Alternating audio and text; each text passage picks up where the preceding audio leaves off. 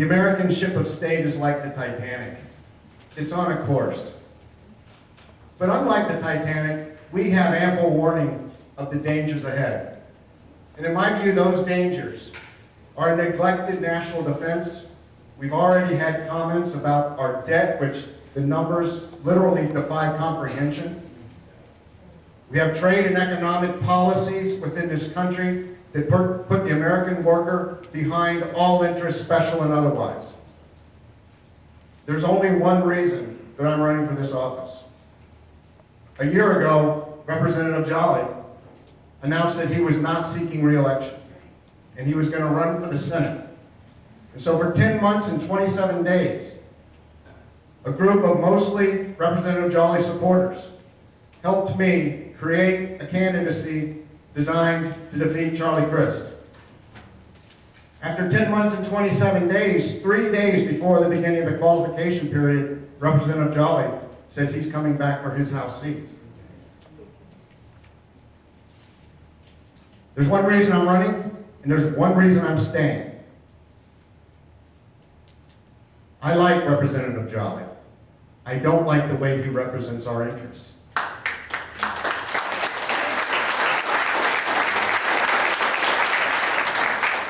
He's a nice person. We all know him. He has wonderful parents who we all know. I've had him to my house. He's very cordial to my family. I really like David Jolly. But it's not enough for me. I sat next to him in the 2014 campaign. I listened to his campaign promises. You've heard his speeches. You read his newsletters. They say all the right things for the conservative principles that the Republican Party stands for. But something happens on the way to Washington. Something's different of what is said and what is done. This is the reason that I am staying in this race. I'm not an obstructionist, but I'm staying in for this reason. I think it's important that people in this room know that. Now, let the facts show what they are. The voting record.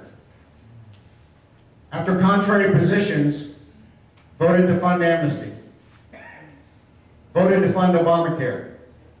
We've heard comments about the $1.3 trillion omnibus. That's $4,000 for every man, woman, and child in this district, and that's just the increase. That's not the 18 or 19. That's just the $1.3 trillion on somebody who campaigned for balanced budgets and getting hold of the debt. Secure our borders. We have unsecure borders. Worse, our own government tells us that unvetted people are coming in from the most dangerous parts of the world. And I can tell you, having had service in those parts of the world, this is a poor policy. Worse, we are required to pay for it without our consent. The country was founded on having to pay for things without your consent. So, in essence, we're being forced to hold the dagger in our own throats for these people to come here. Totally unacceptable. And in my comments and criticisms on the voting record, you can check. Every single organization that grades voting records has our representative near the bottom for his liberal voting record. It doesn't get better with the legislative record. Kate's Law. It's already a felony to re-enter this country after deportation. We don't need laws saying that the old laws mean what the old laws say. You might have seen the STOP Act, trying to legislate integrity into a representative. It either exists in your heart or it exists not at all. If you saw the 60 Minutes, remember the last legislature, you can't sit at your desk and use your phone and ask for money. Did you notice what happened? Across the street, you set up a phone center. How long, what a workaround. How long do you think the next bit of legislature trying to legislate integrity and trust will take till it can find its circumvention? Unacceptable to me. And then there's the leadership. You can imagine how I feel about our military. We're being drawn down as we speak to levels below World War II, and in some cases, force structure below World War I, for a country with 3 times the size. But that's not enough. We are getting DoD policies for men and women who have never spent a day in uniform, unacquainted with the requirements of military service, putting personnel policies into our military that go beyond political correctness. They are into political cowardice. And I don't see enough pushback from our representation. We've had comments tonight. Somebody needs to step on the DOJ. You have to start supporting our law enforcement officers in a way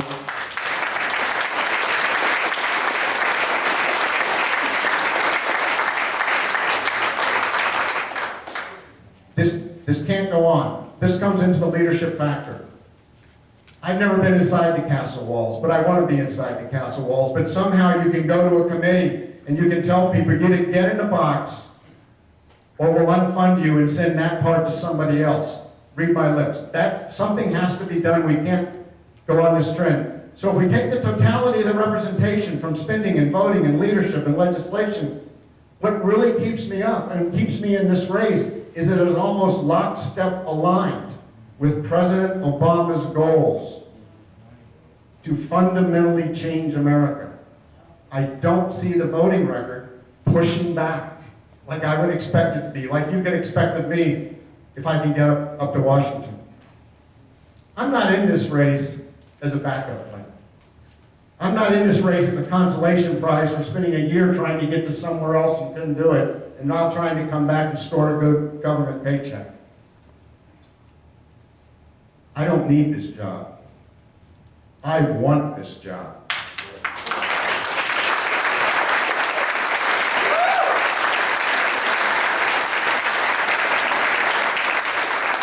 I believe every great institution, every great organization that's ever been on this planet, sooner or later must return to its founding principles if it's to survive.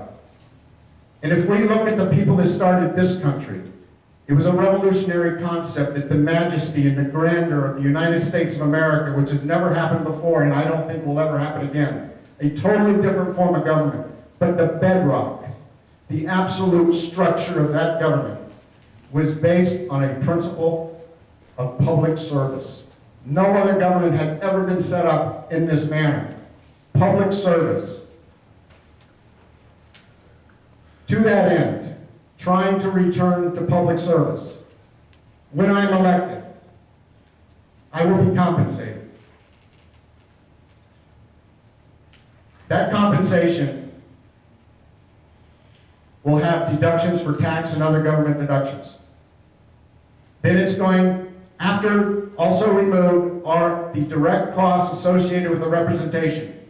What is left of my pay after taxes and deductions and expenses directly to the representation, I will donate 100% to Pinellas County Charities, trying to return to the founding principles.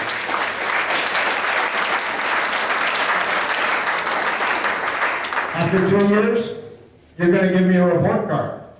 That's going to be at a ballot in November. If I earn your trust and you send me back, then I will collect compensation. Don't let anybody tell you America isn't great. America is great. The American people and America never stopped being great. What stopped being great was our government. I have my hand out to you. Help me get the ship of state back on a safe course.